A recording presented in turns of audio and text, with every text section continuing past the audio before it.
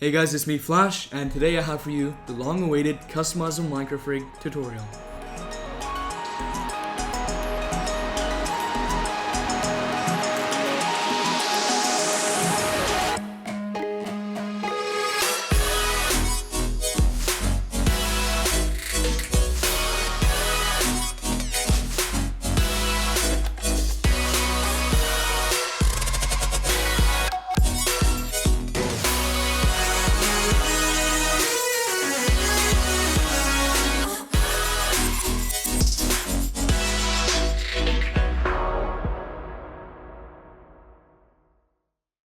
Alright, so once you've purchased the rig and downloaded it, you'll receive this customizable _minecraft rig zip file.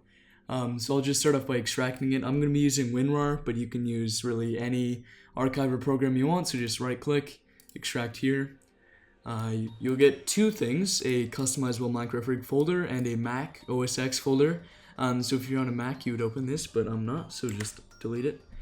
And then yeah, inside of the rig there's a few things. There's a R13 and up version, a R16 and up version, and a R13 and up version lib40 file, a textures folder with all the textures, and a readme file. So I recommend you read this. But yeah, I'll start off by showing you how to install this lib40 file. So just open up Cinema 4D, go Edit, Preferences, Open Preferences folder, and then Library, Browser. This is where we're going to put it, so just open up here, right click, copy, right click and paste.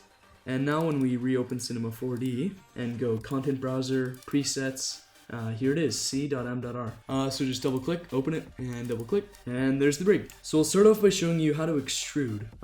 So to extrude, just go down to your Layers tab, find the locked, and just unlock it. Then open up the rig, go Mesh, Head underscore extrude. And then there's a few things in here. There's extrude head, extrude hat, and the auto extrude.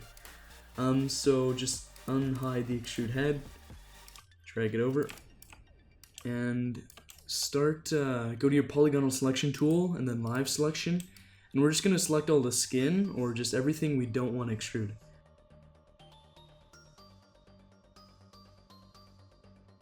Alright, so once you have all that selected, just press delete on your keyboard. There you go. Now you're left with just the hair, and then select everything, press D on your keyboard for extrude, set the maximum angle to 91, and the offset to 5, and then apply. And you'll see we get this kind of weird glitch here at the front, so to fix that, just undo, go to your live selection, hold Control to deselect, and just click, we're going to unselect where it sort of glitches, re-extrude it, and then select this part on its own, and then just extrude it. And there we go. Then I'll just move it back to 0. And yeah, that's the hair extruded. If you had a hat layer on your skin, you would do the same thing with the hat layer, but I don't. But yeah, you guys can figure that out on your own. Next we'll do the arms. Just open up the arm. Inside you'll find three things. You'll find a mesh arm right subdivision, a mesh arm right _2 subdivision, and a mesh armor arm right subdivision. So the most common mistake I see people doing is they'll take the subdivision surface and try to extrude it from there, but that's not how you do it. You actually have to open it up, and then inside you'll find the mesh. So just select the mesh, go to your polygonal selection, and there you go. So go UL for loop selection, and now you can select all this. And then go live selection for the top. There you go. And then we'll just press D on the keyboard for extrude, set the offset to like 2. And yeah, so now we have our arm extruded, but you'll see we have this sort of weird edge. And there are three different ways you can deal with that. So either you can just hold period and drag up and weight it so that there's no subdivision and it's just sharp. That's one way. Or you can select the little edge and extrude it by like 1 or 2, and that fixes it also, but there's this little weird thing underneath. Or you can use my preferred method, just select everything by pressing Ctrl A, press K on the keyboard for a knife, set the mode to loop, and just cut it. So cut right where it starts, and then once up there, and now we get a nicer sort of sharp edge. And I'll do the same thing over here, so just click, and like that. And yeah, you do that for everything. Now I'll go over the legs. It's the same thing, but I'll just go over it for you guys. Again, just open it up. Make sure you're selecting the mesh, not the subdivision surface. Polygonal selection, UL for loop selection, and just select it.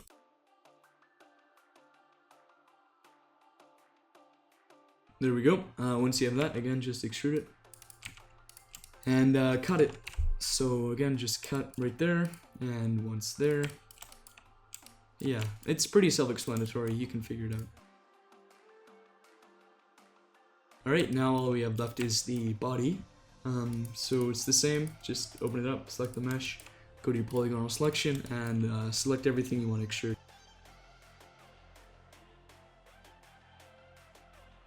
Alright, once you have all that selected, just press D, extrude, and then just select everything and cut it.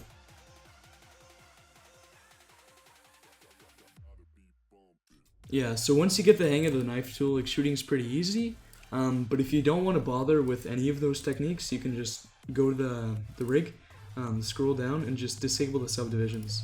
So now it's just sort of sharp. I like to leave the subdivisions on though, because they look pretty nice. But yeah, that's basically how you extrude the rig. Next we'll go over some of the features. So when we select the rig, we'll see the options tools, cape, jacket, deformers, armor. So in the options, there's a little welcome. So here is the credits and our Twitter handles and our YouTube pages. Then we have the tutorials, which is what you're watching right now. Contacts, so if you're having a problem with the rig, you can contact us there. A little naming feature, which is pretty cool. So say you rename the rig, say like character 1. It won't work, and that's because we have this little like namings thing. So you have to name it down here, so I'll call it tutorial. And you'll see it has this c.m.r. prefix, and that's just to prevent from anyone trying to steal the rig. Yeah. Then we have the skin selector. So this confuses lots of people, but when it sets it together, it looks at this together file path. So together, if I change it, it changes everything. We'll just change it back. And then there's this individual one, so this changes all these. So say I set the body to this skin and the leg right to this skin. It'll change it like that, and you can switch between them. This is helpful for like if you're using the jacket rig and you want the body to be different, and yeah, or if you want to remove the eyes, and yeah, so that's cool. Further down we have these bend presets. So when you bend the arm, we'll see right now it's set to smooth, but if we change it to round, you'll see we have like a round bend, which looks pretty cool. Also, if you want a sharp bend, you can go down here and just disable the subdivisions and it'll be sharp. But yeah, that's the bends. Same thing with the legs. Then we have our subdivision controls. So we have the editor and renderer. So editor, you can change it. Don't turn these values up too high or else it'll like really lag your computer. And if it's too high, it might even crash your computer. So just be careful with that. And I like to leave it a little bit lower in the editor. Then we have our individual subdivision controls. Yeah, these all control the body and whatever. And the head extra is just like the pupils and the eyebrows and everything. Then we have our ankles. So I'll just sort of bend the leg here so you can see the ankle. Right now I have the auto ankle on. So you see it'll control itself, and then when you rotate it, it'll bend. So yeah, there's that. There's also a few different other ankles. So there's auto, which we just looked at. Then there's manual, which is, well, manual. So you just rotate these controllers. That's good for like an animation or something, or if like you're bending the legs like really far and it looks weird. And then there's just disabled, which disables them. Then we have the bevel, which is just a bevel on everything, and you can change the strength and whatever. Yep. And then there's damage. This is a cool feature for animations. So when you turn it on, you move the slider, it damages it. So say you have like an arrow in an animation and it hits your character and you want it to take some damage, just keyframe this slider. It looks awesome. There's Elytra. Then, lots of you are wondering about this, doubled pupils. So it's really easy, just change the pupil height slider there, and then go up here into the face controllers, move these two up, and move this one wherever your pupils are, so like down there. And yeah, that's how you do double pupils. Lots of people have trouble with that. I like to leave it actually around 75. Looks a bit better, in my opinion. Then we have all the face toggles, so right eye off, left eye off, all that, eyebrows off, mouth, everything's there. Then we have this AO light. So what this does is basically just light up the inside of the mouth, but there's a problem. Say if you turn it on and render it out, it'll just be black because the only light is inside the mouth. But if you have lighting, that's perfect. Then we have the colors. So the bottom controller for the pupils controls, or the first controller for the pupils controls the bottom. Yeah, this one controls top. Then we have the eye color, if your skin has like black eyes or something. Yeah, there's the glitter presets, so there's 4 different ones, or you can just turn off the glitter completely if you want to add in Photoshop or something. Then there's color and luminance controls for that. Then there's these Herobrine glowing eyes, which are pretty cool. So just enable these. I'll make them visible in editor so you can see what it is. Using these, I like to turn off the pupils. If you render it out, you'll see it doesn't really work. You have to go into your render settings, go effect, and then add lens effects. And now when you render it out, it has this cool flare and glow. Right, moving on. We have our auto extrude hat layer. This skin doesn't have a hat layer, but if it did, it would auto extrude. This extrude amount is just how much is extruded by. And then there's a little randomize down there. Then we have our second layers. The skin doesn't have second layers, but if it did. All the controller colors, so if you want to change the colors of the controllers, go ahead. Moving on, we have tools. So there's tool, there's sword, axe, pickaxe, shovel, and hoe. So if I set it to sword, you can change the type here. So I'll say gold, and then you can change the size here. Enchant it down here. And then there's also this extra tool. So extra tool is bow, fishing rod, torch, shield, flint and steel, and shear. So say I set it to fishing rod. All these extra tools have these little controllers. So if you select it, it'll bring you to the user data of that. So there's like extrusion settings and bobber, string, whatever. Everything's in here. Next we have the cape. There's 2 different cape presets. There's a graphics cape. Oh yeah, so sometimes you'll get this if you extrude the body. To fix that, just move it out. Not a big deal. So yeah, going over the cape, we have the bend right here. And a little toggle for that. And then we have texture, gradient, and color. So these are the color options. And then you can also set your own custom capes. But just make sure you're using the cape format the rig uses. You can find that in the textures folder. Then we have hue. So you can change the hue and the saturation of the cape. Then we have subdivision. So you can turn on rounding, make it to smooth. There's rips. So if you just enable them, you can rip it, stack them all, and yeah, do whatever you want with that. There's these ends.